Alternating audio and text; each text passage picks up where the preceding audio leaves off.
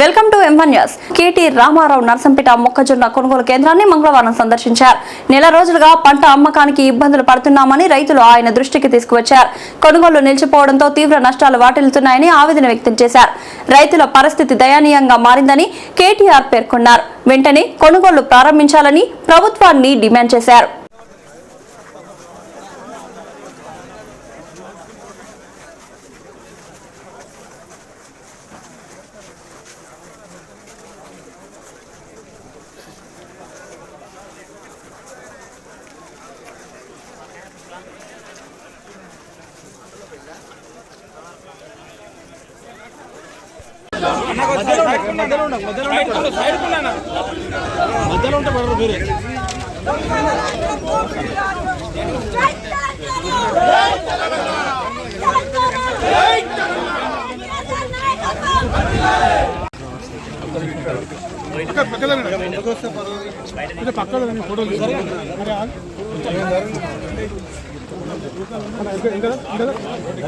మళ్ళా మీ తరపున నిలబడేది మీకు న్యాయం చేసేది కేసీఆర్ గారి నాయకత్వమే. అందుకే నేను అంటున్నా, ఈ రాబందు పాలన పోవాలి, రైతు బంధు కేసీఆర్ పాలన రావాలి, అప్పుడే మళ్ళీ రైతు బాగుంటాడనే విషయం కూడా తెలియజేస్తూ మీ అందరికీ ధన్యవాదాలు. సుదర్శన్ రెడ్డి గారు వారు మా నర్సంపేటలో ఒక దయనీయమైన పరిస్థితి ఉన్నది. మా మార్కెట్ యార్డులో ఇలా హౌస్ఫుల్ బోర్డు పెట్టినారు. 1,30,000 సంచులు మరి మార్కెట్ యార్డులోనే ఉండిపోయినాయి. వీటిని తరలించే నాదుడు లేడు. దగ్గర 200 పైసలకు లారీలు కావాలి, కనీసం ట్రాన్స్పోర్టేషన్ లేదు. చాలా అస్తవ్యస్తంగా ఉన్నది పరిస్థితి. రైతుల పరిస్థితి దయనీయంగా ఉన్నది. మీరు రావాలి తప్పకుండా అంటే ఈరోజు ఇక్కడికి వచ్చిన తర్వాత ఇక్కడ ఉండే స్థానిక రైతులతో మాట్లాడితే నిజంగా కూడా కళ్ళల్లో నీళ్లు తిరిగే విధంగా ఇవాళ రాష్ట్రంలో రైతుల పరిస్థితి. 2 నెలలైంది ఒక్కొక్క రైతు ఇక్కడికి వచ్చి. కొంతమంది నెల రోజుల కింద, కొంతమంది 20 రోజుల కింద, కొంతమంది 2 నెలల కింద వచ్చిన వాళ్ళు కూడా ఇక్కడే ఉన్నారు. పండించింది చాలా కష్టపడి, మరి ప్రభుత్వం సహకరించకపోయినా, రైతు బంధు వేయకపోయినా, యూరియా సక్కగా ఇయ్యకపోయినా, యూరియా కోసం 2, 3, 4 రోజులు లైన్లలో నిలబడి కష్టపడి ఇలా పండించిన పంటను ఇక్కడికి తీసుకొని వస్తే, ఇక్కడ ఈ సెంటర్లో వ్యవసాయ మార్కెట్ యార్డులో నర్సంపేటలో కనీసం సంచులు ఇచ్చేటోళ్ళు లేరు, సుతులు ఇచ్చేటోళ్ళు లేరు, మంచినీళ్ళు పోసేటోళ్ళు లేరు. ఎప్పుడు మరి మీ టోకెన్ వస్తుంది, ఎప్పుడు మేము జోకుతాము, ఎప్పుడు తరలిస్తాము, ఎప్పుడు మేము ధాన్యం తీసుకుంటామని చెప్పేవాడు కూడా లేడు. ఇంకా ఎంత ఘోరం అంటే బయట మొత్తం ట్రాక్టర్లు, లారీలన్నీ వెయిటింగ్లో ఉన్నాయి. ఆ వెయిటింగ్ ఛార్జీలు కూడా రైతులే కట్టుకోవాలి, మేము కట్టము, మేము చూడము. అది 20 రోజులైనా 30 రోజులైనా అది మీ బాధ్యత. మేము జోకేదాకా, మేము కొనేదాకా, మీకు టోకెన్ ఇచ్చేదాకా మేము పట్టించుకోమనే పరిస్థితి. వాన పడితే, అకాల వర్షం వస్తే బూజు బట్టి మరి మొత్తం ధాన్యం అంతా నాశనమైపోయే పరిస్థితి. ఒక దయనీయమైన, చాలా హృదయ విదారకమైన పరిస్థితిలో ఇవాళ రాష్ట్రంలోని రైతులున్నారు. నేను ఇవాళ ఉదయం నుంచి ఇప్పటి వరకు జనగామ నియోజకవర్గంలోని యశ్వంతాపూర్లో, పరకాల నియోజకవర్గంలోని ఊకల్లో, అదేవిధంగా ఇక్కడ నర్సంపేట మార్కెట్ యార్డ్లో అందరూ మొక్కజొన్న రైతులతోనే మాట్లాడారు. వాళ్ళందరూ చెప్తున్నది ఒకటే ఒక్క మాట, ప్రభుత్వమే కొంటే 2,400 రూపాయలు వస్తుందని చెప్పి మేము ఇక్కడికి వచ్చినాం. బయట 1,800, 1,700 కొనే పరిస్థితి ఉన్నది. కానీ దాంతో మాకు లాభం రాదు. కొంత ఒక 400, 600 రూపాయలు ఎక్కువ వస్తుంది క్వింటాల్కి అని చెప్పి ఇక్కడికి వచ్చినాం. కానీ మమ్మల్ని పట్టించుకుంటున్న వాళ్ళు లేరు అని చెప్తున్నారు.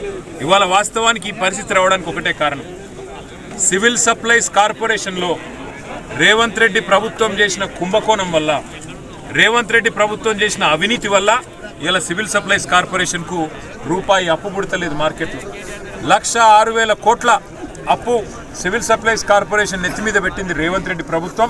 ఆ కార్పొరేషన్ని కుంభకోణాల్లో ముంచేసింది. దానివల్ల కార్పొరేషన్కి ఒక పైస వస్తలేదు.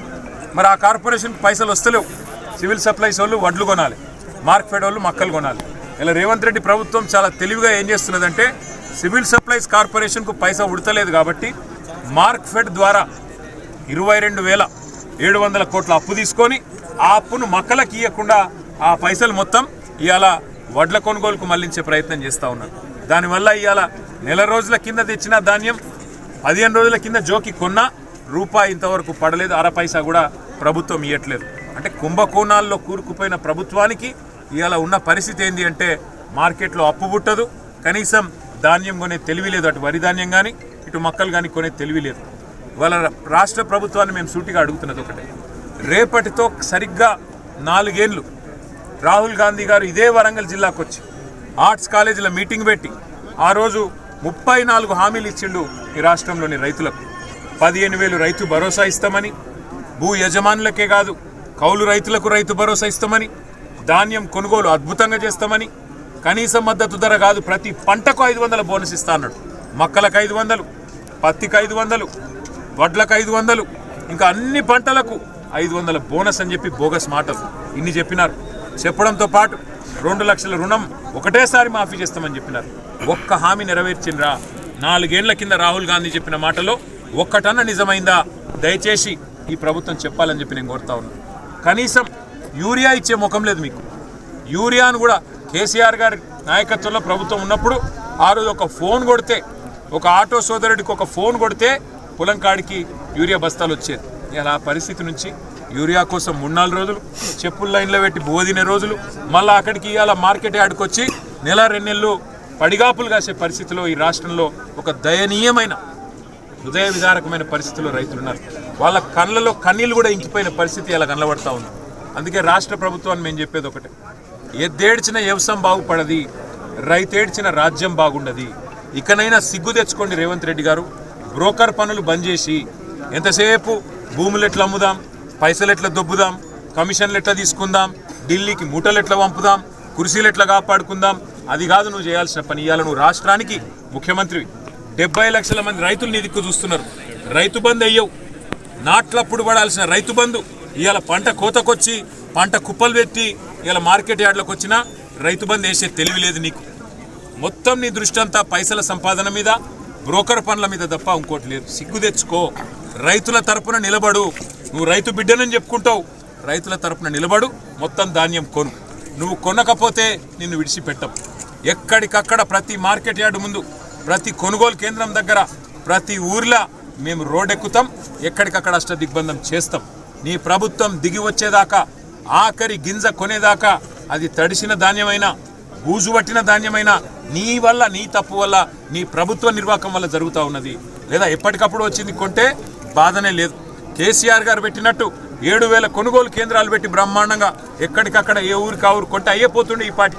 కానీ నీ తెలివి తక్కువతనం వల్ల, నీ ప్రభుత్వానికి ప్రణాళిక లేకపోవడం వల్ల, అవినీతి కుంభకోణంలో సివిల్ సప్లైస్ మరి కార్పొరేషన్ను ముంచడం వల్ల ఇవాళ కనీసం మార్కెట్లో నీకు పరపతి లేకుండా పోయింది. మా నాయకుడు సివిల్ సప్లైస్ కార్పొరేషన్ మాజీ అధ్యక్షుడు పెద్ది సుదర్శన్ రెడ్డి గారు సంవత్సరంన్నర నుంచి కొట్లాడుతున్నాడు.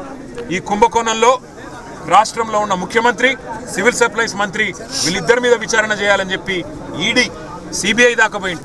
మరి వాళ్ళు నేను అడుగుతా ఉన్న భారతీయ జనతా పార్టీని కూడా, పెద్ద పెద్ద మాటలు చెప్తారు కదా, ఎవడు కాపాడుతున్నాడు రేవంత్ రెడ్డిని? చేయండి సిబిఐ ఎంక్వైరీ. సివిల్ సప్లైస్ కుంభకోణం మీద వెంటనే సిబిఐ ఎంక్వైరీ చేయండి, ఈడీ ఎంక్వైరీ చేయండి. దొంగలు దొరుకుతారు. మొత్తం ఆధారాలతో సహా మేము ఇచ్చినాం మీకు. ఆఫీస్, ఈడీ ఆఫీస్కి పోయి హైదరాబాద్లో ఇదే సుదర్శన్ రెడ్డి గారు పోయి ఇచ్చినారు. మళ్ళీ కావాలంటే మళ్ళీ ఇస్తాం. ఒకవేళ నిజంగానే కాంగ్రెస్ బీజేపీ బాయి బాయి కాకపోతే, కాంగ్రెస్ వాళ్ళను బీజేపీ వాళ్ళు కాపాడుతున్న మాట నిజం కాకపోతే, మీకు ఈశాన్ మాత్రమైన రైతుల మీద ప్రేమ ఉంటే వెంటనే సివిల్ సప్లైస్ కుంభకోణం మీద విచారణ చేయాలని చెప్పి కూడా మేము డిమాండ్ చేస్తున్నాం. ఒక్క మాట మాత్రం నేను పక్కా చెప్తున్నా, ఇవాళ రాష్ట్రంలో ప్రతి రైతు అంటున్న మాట, ఈ రాబందు ప్రభుత్వం పోవాలి, మళ్ళా రైతు బంధు కేసీఆర్ రావాలి. అప్పుడే మరి కొనుగోలు కేంద్రాలకు పోండి అని మమ్మల్ని పంపించాడు. మేము రాష్ట్రం అంతా తిరుగుతాం, మీకు అండగా నిలబడతాం. ఎవ్వరు బేజారు కావద్దు, ఎవరు ధైర్యం కోల్పోవద్దు. గల్లా బట్టి ప్రభుత్వాన్ని బజార్ల గుంజైనా సరే మీ తరపున మేము కొట్లాడతాం. ఆఖరి గింజ కొనేదాకా ఇడిచిపెట్టమని చెప్పి కూడా చెప్తూ, మరి అలా ఇక్కడ కలిసి తమ ఆవేదన వెలబోసుకున్న రైతులందరికీ కూడా నేను ఒకటే చెప్తున్నా, ధైర్యం కోల్పోకండి. ఎవ్వరు పొరపాటున మీరు దయచేసి చేయకూడని పనులు చేసి మీ కుటుంబాలను కష్టంలో పెట్టొద్దని చెప్పి కూడా కోరుతూ, మీరు సహకరిస్తున్న మీడియాకు, రైతుల వ్యధను, బాధను ప్రజల దృష్టికి తీసుకొస్తున్న, ప్రభుత్వ దృష్టికి తీసుకొస్తున్న మీడియా కూడా ప్రత్యేకంగా నమస్కారాలు, ప్రత్యేకంగా ధన్యవాదాలు.